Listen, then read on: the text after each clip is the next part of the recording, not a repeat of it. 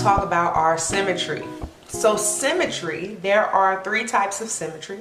You can have symmetry on the x-axis, which is like this. You can have symmetry on the y-axis, which is up and down. And you can have symmetry on the origin, which basically folds over your y equals x line. So you remember how I told you to remember your x and y intercept? You always think about the opposite variable. Symmetry is similar. Like if I asked you to find symmetry on respects to the x-axis, you're going to focus on your y. Now you're not going to set your y equal to 0. What you're going to do is you're going to take the y and replace it with a negative y. And your goal is to make this equation look like the original. So if I ask you to find symmetry on respects to the x-axis, you're going to take your y and you're going to replace it with a negative y. And you're going to try to make that equation look like the original. If you can make it look like the original, you say yes, it has symmetry on the x. But if you can't, then you say no. Same thing with the y-axis, right? So if I want to find symmetry on the y-axis, I take every one of the x's and I replace it with a negative x. And I work to see if I can make it look like the original. If I can do that, then hey, we have symmetry on the y-axis. Now with your origin, you're changing both, right? So if I'm trying to find symmetry on the origin, I need to replace the x with the negative x. I need to replace all the y's with the negative y. And then I need to mess around with this equation until I get it looking like the original. If it doesn't look like the original, then I don't have symmetry on the origin. Okay? Now, let me stop talking. Let's do some examples so this makes a little bit more sense.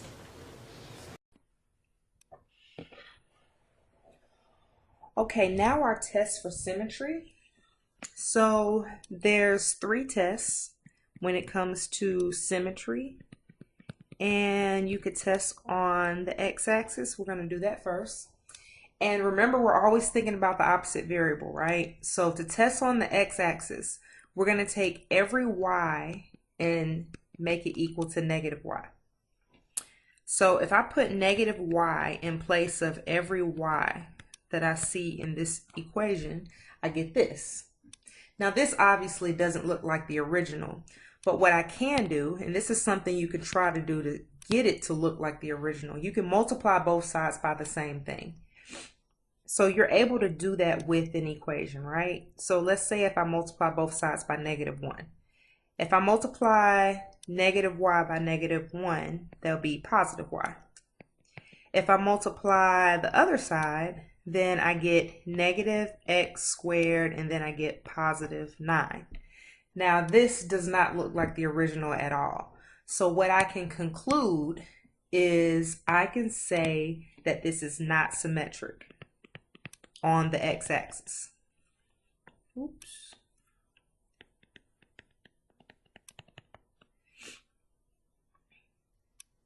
So this is not symmetric on the x-axis. Let's try the y-axis. So to test on the y-axis, remember, you look at the opposite variable, right? So let's set all the x's equal to negative x.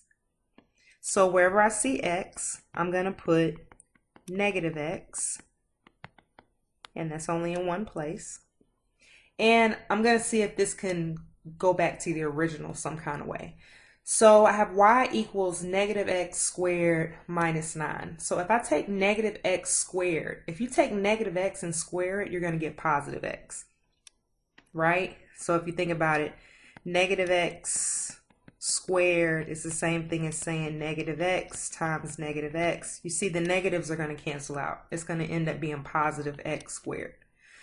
So we get this, y is equal to x squared minus 9. And this looks exactly like the original. So on this one, I say, yes, it is symmetric on the y-axis. Now, one more test that we need to do, and that's on the origin. Now, for the origin, this is where we set both variables. We're going to change both of them to negative x, negative y. So I have negative y is equal to negative x squared minus 9. Well, we know for sure that the negative x squared is going to turn to a positive. That's from the previous one. And we know nothing changes with the negative y. And even if I was to go through and multiply by negative 1 to try to help this go back to the original, it's still not going to do that because this is going to turn to a positive, but this turns into a negative and this turns into a positive. This does not look like the original, so you say, no, it's not symmetric on the origin. So the only symmetry we have is on the y-axis. Okay. Now let's look at the next one. So we're going to test for symmetry. Let's test on the x-axis by setting our y equal to negative y. We get 4x squared plus negative y squared is equal to 4. So right here, just like with the negative x squared from earlier, this negative y squared is going to turn to a positive.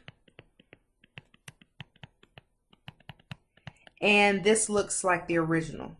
So for x-axis, I say yes, it is symmetric. Let's test for the y and set your x equal to negative x. And our negative x squared turns into a positive, which makes this look like the original. So I say yes for this too. Now you may already know the answer to the last one. This is where we change both. And just from the previous examples, you probably already noticed that this is going to turn back into the original, but I will show you. So you have your x squared, negative x squared is going to turn to a positive. You have your negative y squared, that's also going to turn into a positive, which makes the whole thing look like the original. So I have symmetry here as well. So this is symmetric on the x, on the y, and the origin. Okay, and I have one more. This is the one with the fraction. Of course, fractions give us a headache, so I try to make sure that I include one in my examples. We're going to set our y equal to negative y.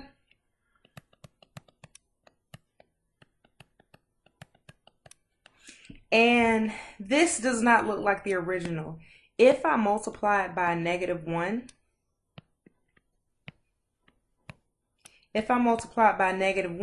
it's going to change this side to a positive, but then it's going to change the signs on this side. So we know that's not going to help us. So let's say no for the x-axis.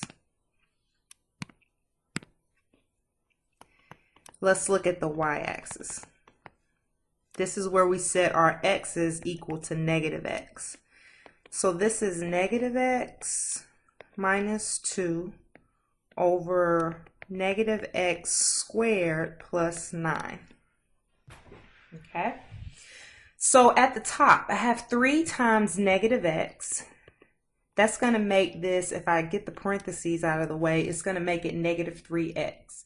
When I multiply these two together, I get negative 3x. And then I have the minus 2. At the bottom, the negative goes away because you square it. So you have x squared plus 9. Now, this does not look like the original. If I was to multiply by negative 1, that's not going to help us make it look like the original either because it's going to make this y into a negative. So this one is a no. Now let's try for the origin. So with our origin, we have negative y is equal to 3 times negative x minus 2. And then at the bottom you have negative x squared plus 9. So I put negative y and then I put negative x. Now let's see if I can clean this up to make it look like the original. So negative y, nothing changes on that side. I have negative 3x minus 2. That's just getting rid of the parentheses. At the bottom, you square it. That makes that one positive. So I have this. This doesn't look like the original, but let's try to multiply by negative 1, right? Let's multiply both sides by negative 1 and see if it helps. So the negative 1 is going to change the y into a positive. So that's positive y. Now over here with the fraction, you have to be careful with this fraction because if you're going to multiply a fraction by negative 1, you're either going to multiply the top or the bottom. You can't multiply both, right? If you multiply a fraction by a negative, let's say if I had negative 5 over 9, right? And I multiplied it by negative 1.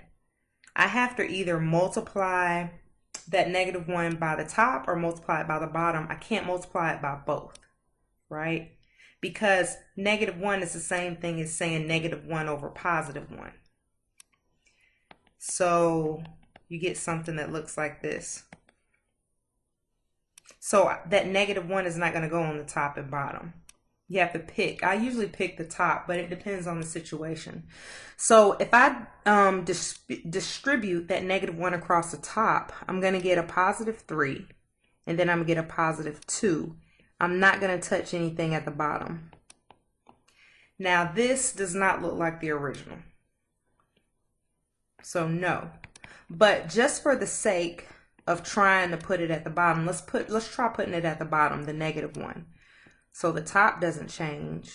Let's try putting that negative 1 at the bottom. That's going to give us negative x squared minus 9. That still doesn't look like the original. Okay, so if I multiply the bottom by negative 1, I get negative x squared minus 9. That still doesn't look like the original, right? So this is still no. So on this fraction for the origin, it's no as well. So there's no symmetry. No symmetry on the x, y, or the origin.